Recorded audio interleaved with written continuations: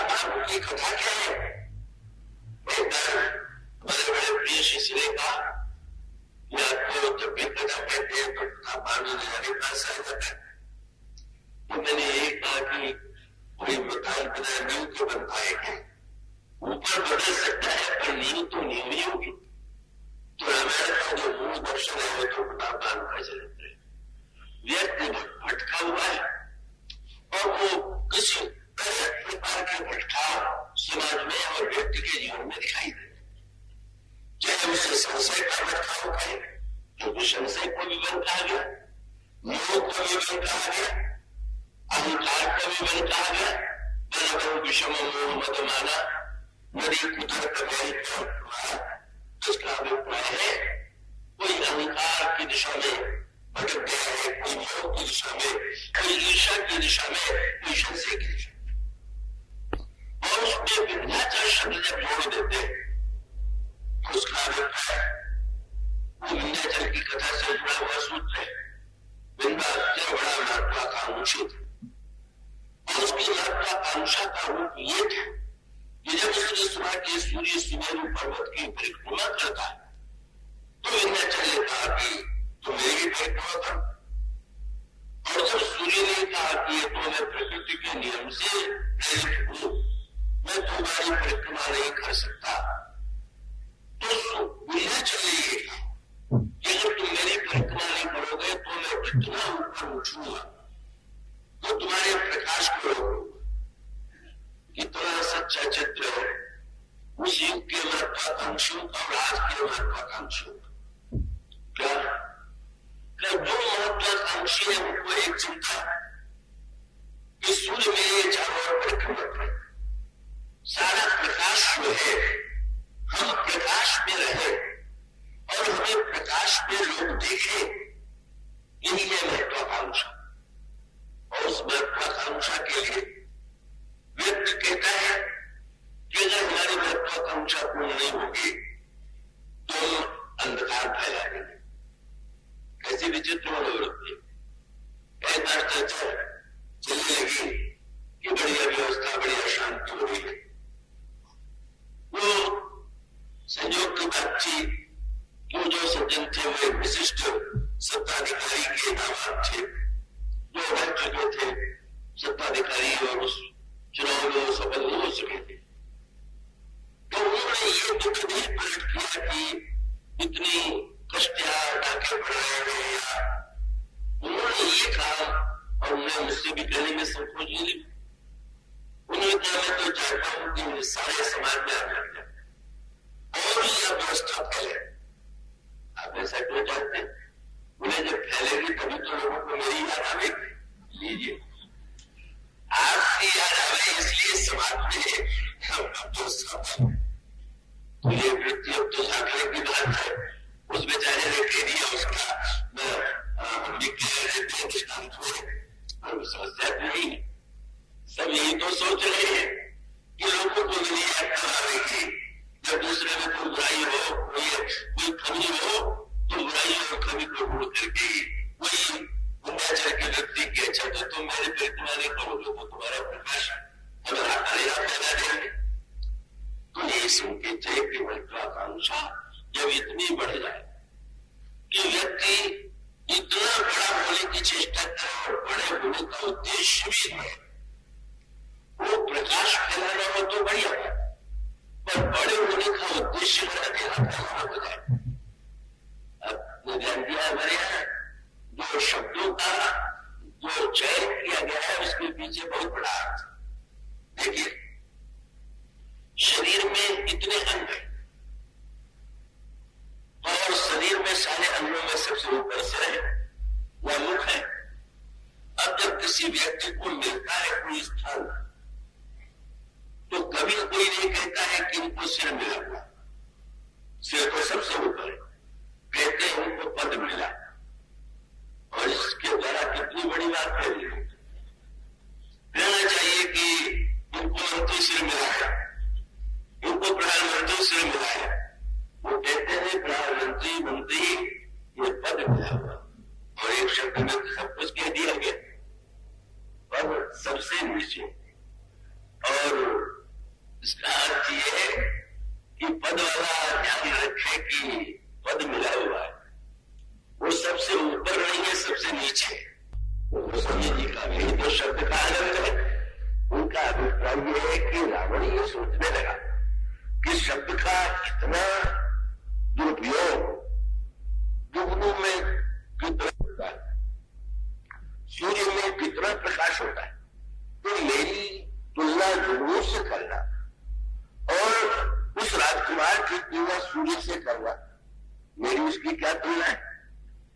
मैं 10 मुंह वाला, वो 1 मुख वाला, वो नन्हा सा मेरे सामने बौला दिखाई देने वाला, उसके पास में राज्य है, न पद है, न संपत्ति है, देश निकाले में बन में भटका हुआ है, पत्नी भी खो गई है, और उसके लिए ये राजकुमारी कहती है कि वो तो सूर्य है और तुम जुगनू हो।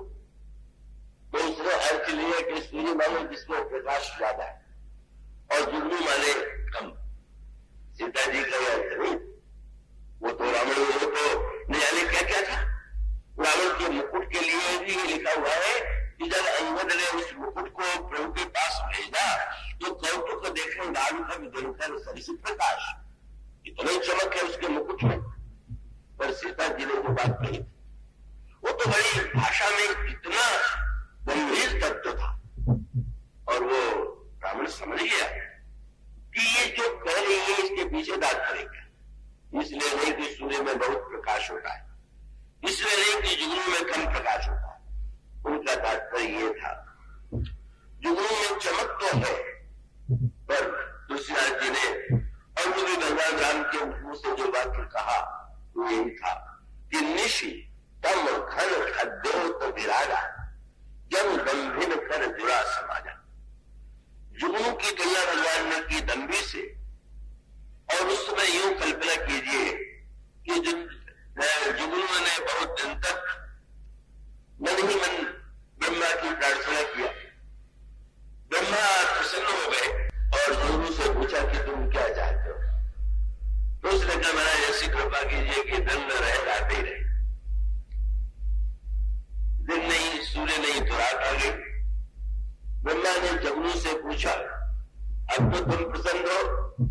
बोले नहीं महाराज, रात्रि ही नहीं, वो अमावस वाली रात्रि, अमावस वाली रात्रि भी हो गई।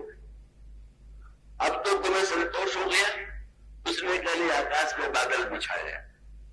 ये 3 शब्द है, निशि तम घन खद्योत विराजा। इसका अभिप्राय है चिंता ये हो गई कि सूर्य रहेगा तो हम कहां चमकेंगे, इसलिए दिन न रहे। पर रात हो गई तो उसने देखा कि सूर्य तो नहीं है, पर आकाश में चंद्रमा चमक रहा है।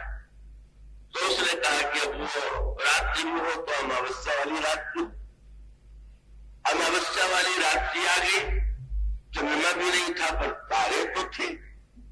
उसको लगने लगा कि अब ये तो मेरी तुलना में अधिक हो जाएगी। तो ब्रह्मा से कहा कि इतना बादल छा दीजिए कि तारे भी न दिखाई दे, न सूर्य रहे, न चंद्रमा रहे, न तारे रहे, हम ही हम दिखाई दे और हम ही हम चमके। यही व्यंग है उन लोगों के लिए कि जो समाज में अंधकार फैला कर केवल अपने को चमकाने की चेष्टा करते हैं, जिनका उद्देश्य केवल इतना है कि बस समाज के अंधेरे में केवल मैं दिखाई पड़ूं। तो सीता जी का तात्पर्य था कि रावण, तूने समाज में अंधकार फैला करके अपने आप को केवल जुगनू की तरह प्रदर्शित करने की चेष्टा की। पर श्री राम तो सूर्य है और सूर्य की विशेषता तो यही है, जब वो निकलता है तो नीचे कमल खिल जाता है। और इसका अर्थ ये होता है कि बड़ा वो है जो दूसरों को विकसित करे। स्वयं विकास करने वाले तो अनेक होते हैं, पर जिसके प्रकाश में दूसरे विकसित हो जाए, दूसरों को शक्ति मिले, दूसरों को प्रेरणा मिले, वही बड़प्पन का सच्चा अर्थ है, वही बड़प्पन की सार्थकता है। पर समाज में यह बड़प्पन ये तो बहुत विरले तो कहा जा सकता है कि वो तो भगवान राम के चरित्र में ही पूरी तरह से आपको दिखाई दे। तो जब ये कहा गया जिसको सीता जी ने जुगनू कहा, यही तो पूर्व जन्म में प्रतापानु था, यही प्रतापानु तो 10 रूप ठीक ही था। वो जो बाद में दिखाई पड़ा पर मनोवृत्ति वही है। अब सबको हरा दिया तो चलो जंगल में पशुओं पर ही बाण चलावे, उनको ही परास्त करें। और उसके पश्चात एक सांख्य दिन भाषा का गोस्वामी जी प्रयोग करते कि उस समय जब वो सफल होकर के लौट रहा था, न जाने कितने पशुओं पर उसने बाण चलाया और वो सफल हुआ, लेकिन लौटते समय अचानक उसको एक शूकर दिखाई पड़ा। तुलसीदास जी कहते शूकर का रंग था काला और उसके दांत थे सफेद। अब वो कवि की कविता की विशेषता देखिए, गोस्वामी जी ने कहा ऐसा लगता है कि यम वन पूरे ससी ग्रस्य राहु, राहु काला चंद्रमा सफेद। उस शूकर को देख करके गोस्वामी जी कहते हैं ऐसा लग रहा था कि राहु ने चंद्रमा को ग्रस लिया हो। कितना बड़ा सूत्र था। इस उपमा का तात्पर्य क्या था?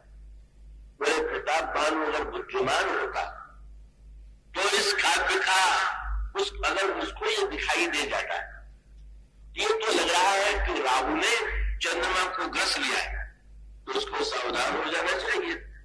क्या बोले मैं भी तो प्रतापवान हूं, ग्रहण केवल शशि पर ही तो ही रहता है, वो तो ग्रहण जो है वो तो सूर्य पर भी लग जाता है, वही मुझ प्रताप भानु पर भी ग्रहण न लगता। और प्रत्येक यश के साथ ये समस्या है ग्रहण लग जाने की, और तब सावधान नहीं हुआ और उसके पीछे भागा। और जब उसके पीछे भागा जंगल में वो भटक गया।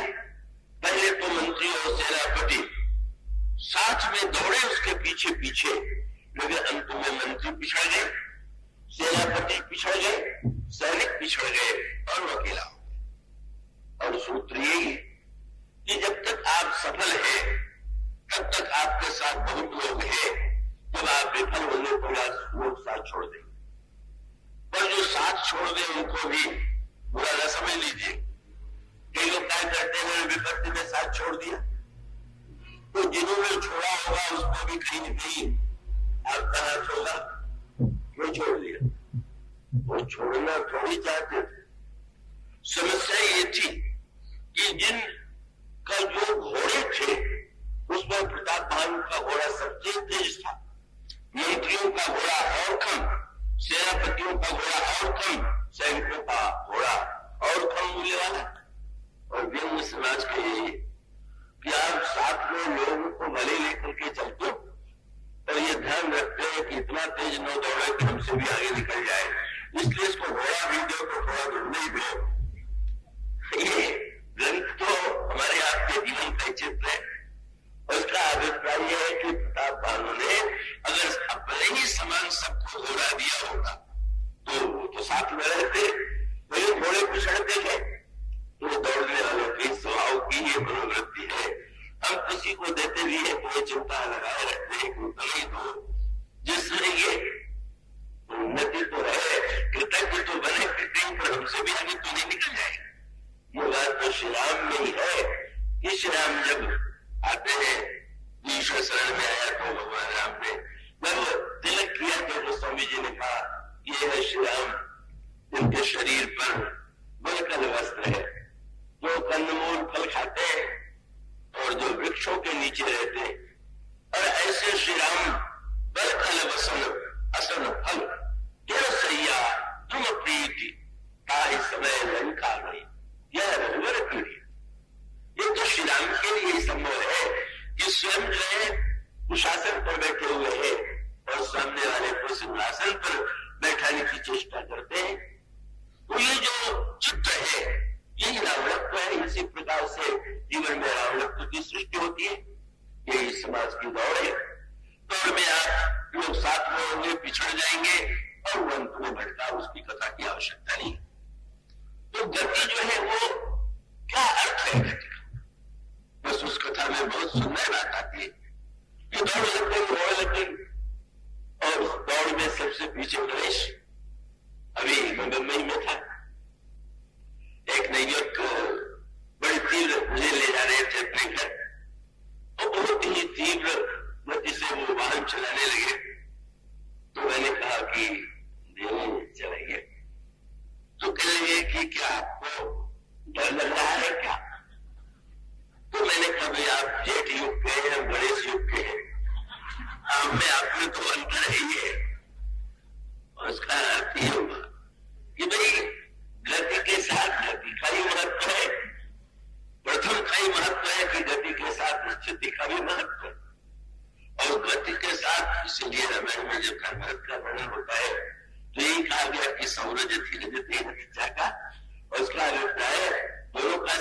मनुष्य तो चाहिए, और वो तो जब तीव्र दौड़ होती है तो बुढ़ी ही होती है, सब आगे चले जा रहे हैं। और तब संत की भूमिका सामने आई। देवर्षि नारद तो ऐसे अवसरों को चूकते हैं, चलो भाई जरा दौड़ देखें कैसी हो गई। और फिर जिधर इधर से देवता जा रहे हैं तो वो उल्टी परिक्रमा उधर से, और वो तीव्र गति से दौड़े वाहनों पर जाते हुए देवता देख लेते हैं, वो नारद आ। अब वो बेचारे घबरा गए कि कहीं ये लोग के सत्संग करने लगे तो कौन गई हमारी दौड़ की। यही लोग सोचते हैं क्या जाना है कथन, क्या जाना है सत्संग में, उतने देर में तो हम क्या क्या कर लेंगे, मेरा भी कितना आगे बढ़ जाएंगे, ये तो समय गंवाने जैसी बात। अब वो सोचने लगे उपाय यही है कि वो ऐसा अनदेखा कर रहे कि नारद को ये भ्रम हो जाए कि इन्होंने देखा नहीं तो रुकते जरूर। तो जो देखते थे तो नारद इधर से आ रहे हैं तो दूसरी ओर देख रहे हैं, और नारद देख देख के हंस रहे हैं। अद्भुत दृश्य है, कोई उनकी ओर देखने नहीं चाहता। और तब बहुत देर के बाद गणेश जी अपने मूसक पर बैठे हुए चले जा रहे हैं धीरे धीरे। वो तो उड़ने वाला वाहन नहीं है, वो तो भूमि में चलने वाला वाहन है, जिसमें स्थिति है, भूमि का जो स्पर्श कर रहा है।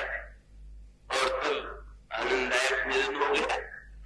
गणेश जी को ने नारद जी को देखा, नारद जी ने गणेश को देखा, और वो नारद जी को देख करके गणेश जी तो बहुत दूर से देख के मूसक से उतर के खड़े हो गए स्वागत के लिए, प्रणाम किया। नारद जी ने मुस्कुरा करके पूछा, अब आप तो बुद्धि के देवता है, आप इस वर्ग में कहां से सम्मिलित हो गए। अब गणेश जी ने जो बात कही, विवेक क्या था, गणेश क्यों विवेकी है, और दूसरी ओर संत की भूमिका। विवेक हो और सत्संग, रामायण में जो बात कही गई, ये 5 वस्तुएं अगर सच्चे अर्थों में पाना है तो सत्संग जरूर कीजिए। और 5 वस्तुएं मति, कीर्ति, गति, भूति, भलाई, जब जही जतन, जहां जही पाई सो जानब सत्संग प्रभाव। अगर बुद्धि, कीर्ति, संपत्ति, भलाई और गति चाहिए तो सत्संग की आवश्यकता है। और चाहिए का अर्थ ये है, अगर ढोना चाहते हैं तो संपत्ति को ढोइए, बुद्धि को ढोइए, कीर्ति को ढोइए। पहले सचमुच स्वामी बनना चाहते हैं इसको तो संत के द्वारा है। और वही कीर्ति वाला प्रसंग था यहाँ पर, जब देवर्षि ने पूछा कि आप क्यों सम्मिलित हुए, तो उन्होंने हंस करके यही कहा कि महाराज एक बहाना ये तो बन गया, और वो बहाना ये था कि चलो परिक्रमा के बहाने न जाने कितने तीर्थों में जाएंगे, न जाने कितने स्थानों का दर्शन होगा, और देखिए न प्रत्यक्ष फल हो गए। यात्रा में चले तो आगे से संत का मिलन हो गए।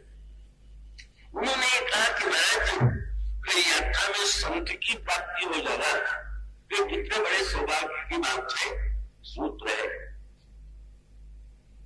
अब प्रश्न ये है कि कर्म के परिणाम की चिंता करके क्या व्यक्ति कर्म का परित्याग कर दे क्या? अगर ऐसी भूलक की तो विवेकी नहीं। अगर कोई व्यक्ति फल की कल्पना करके कि यह फल पाना तो मेरे लिए असंभव है, उस असंभव को व्यक्ति मान करके निष्क्रिय हो जाए, तमोगुणी हो जाए, तो व्यक्ति जो है उसमें सही अर्थ नहीं है। कर्म तो करना ही है। गणेश जी में इसी का सामंजस्य। क्या हुआ प्रथम पूजा नहीं होगी तो क्या हुआ, हम सबसे पीछे रहेंगे तो, पर हम निष्क्रिय क्यों बैठे रहेंगे। और वो जो विवेक है, वो गीता का वो तत्व ज्ञान, या भगवान कृष्ण कहते हैं अपने सुखदा चलो, केवल फल का ही व्यर्थ करने में बैठ जाओ, कर्म तो करो।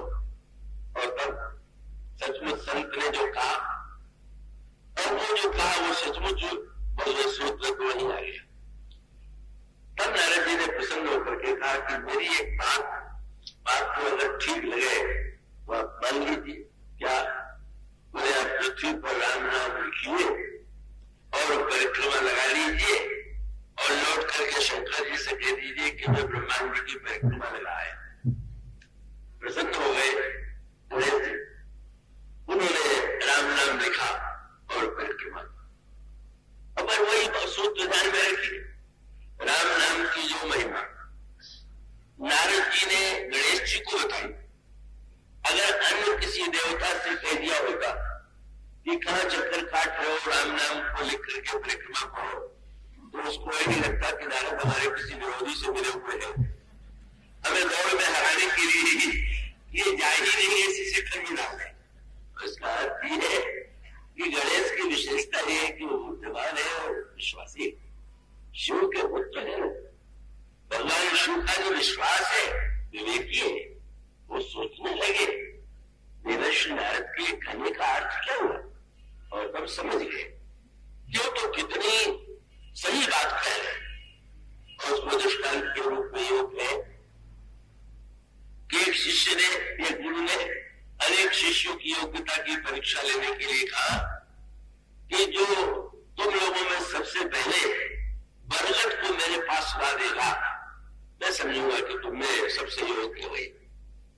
और न जाने कितने शिष्य थे जो फावड़े लेकर के, मजदूर लेकर के बरगद के पास में खोदने लगे।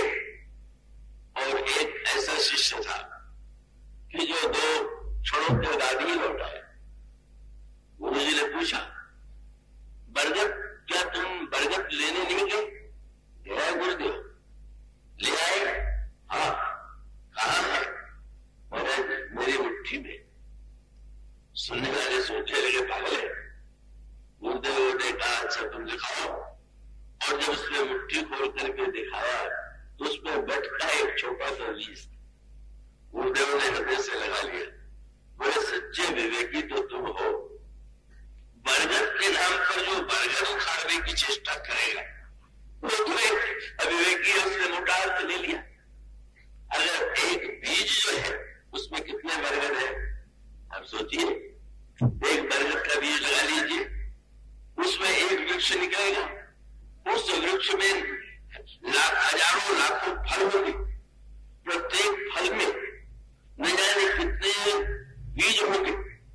उसका अभिप्राय क्या है, एक ही बीज में अनंत बट छिपे हुए। यही विवेक की परीक्षा। बीज जो है उसी में बट है, अनंत बट है। और यही सत्य देवर्षि नारद का था कि ये ना समझे, ये ब्रह्मांड का इन्होंने ले लिया कि एक चक्कर काट के आ जाओ। ब्रह्मांड का स्वयं कैसे, उसका मूल क्या है, तुम उस मूल सत्य को पहचानो। परिक्रमा करने का अर्थ था, मानो अब ये दार्शनिक संकेत ये कि सृष्टि जब बनी होगी तो कैसे बनी होगी, और वह तो सर्वत्र अनुभव ही करते हैं। जब भी आप ये बीज डालते तो वृक्ष की तुलना में वो कितना छोटा होता है, लेकिन आप जानते हैं कि उस निर्णय से बीज में ही सारे वृक्ष, सारी वस्तुएं प्रकट हो जाया करती है।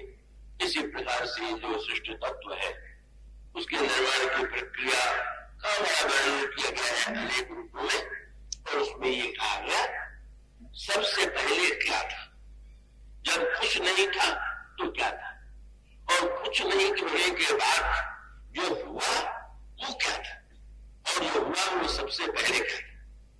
केवल इतना ही सूत्र में इस संदर्भ में कह दूं, वो आप पंक्ति पढ़ते हैं, क्षितिज भावुक गगन समीरा पंच रचित अद्वैत संज्ञा, आकाश पृथ्वी जल अग्नि और वायु, ये पंच तत्व है। और ये सृष्टि पंच तत्व के द्वारा मिलकर के बनी हुई। अब इसमें क्रम यह माना जाता है, कुछ नहीं था माने आकाश था, और आकाश में सबसे पहले क्या हुआ, बस यही हमारे ऋषि मुनियों ने, चिंतकों ने विचार करके देखा। और इस विषय में सारे धर्म अपने अपने रूप में यह मानते हैं कि जब भी आकाश से सबसे पहले कोई व्यक्त होगा तो शब्द ही होगा। न्याय शास्त्र में विचार किया है, प्रत्येक का जो गुण है, प्रत्येक ये जो पृथ्वी जल अग्नि वायु आकाश है, उन्होंने गंधवती पृथ्वी, पृथ्वी गंध का पृथ्वी का गुण है गंध, और आकाश का गुण है शुद्ध।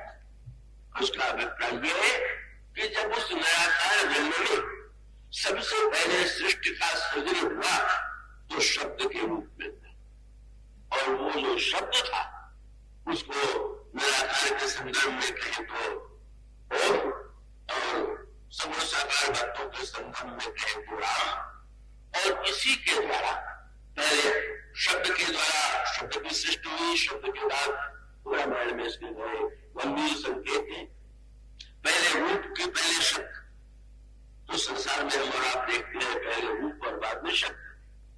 पर मनु ने जब साधना किया तो उनको दर्शन के लिए सारे देवता आए, किंतु उन्होंने किसी को इष्ट नहीं स्वीकार किया, वरदान नहीं मांगा। कब वरदान मांगा? जब श्री राम आए और देवता आते थे, रूप पहले आता और बाद में कहते थे मांगो, और मनु ने जिन्हें भगवान बना वो कौन थे?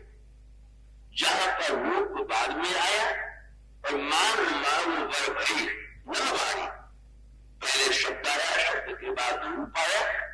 उसका अभिप्राय देवर्षि नारद ने ये बताया, ये जो अक्षर तत्व है, ब्रह्म तत्व है, वो शब्द के माध्यम से ही व्यक्त होता है।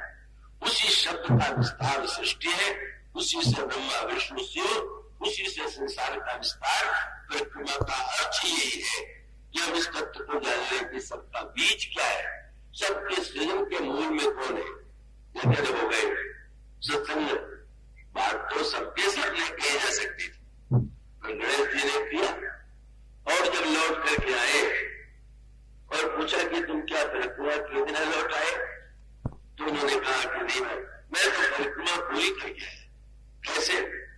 और जब उन्होंने कहा कि राम नाम वही क्रमे, क्योंकि राम नाम ही सृष्टि का मूल तत्व है, मूल बीज है, और उसी में ब्रह्मांड समाया हुआ है। शंकर जी ने हृदय से लगा करके कहा, तुम्हें सचमुच मेरे शिव के पुत्र